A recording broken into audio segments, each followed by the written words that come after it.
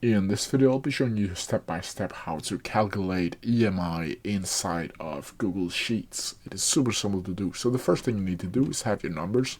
You need to have a loan amount, you need to have an interest rate, and you need to have a time period of the loan. So to calculate the EMI, you simply need to go down here and make a sum and then PMT.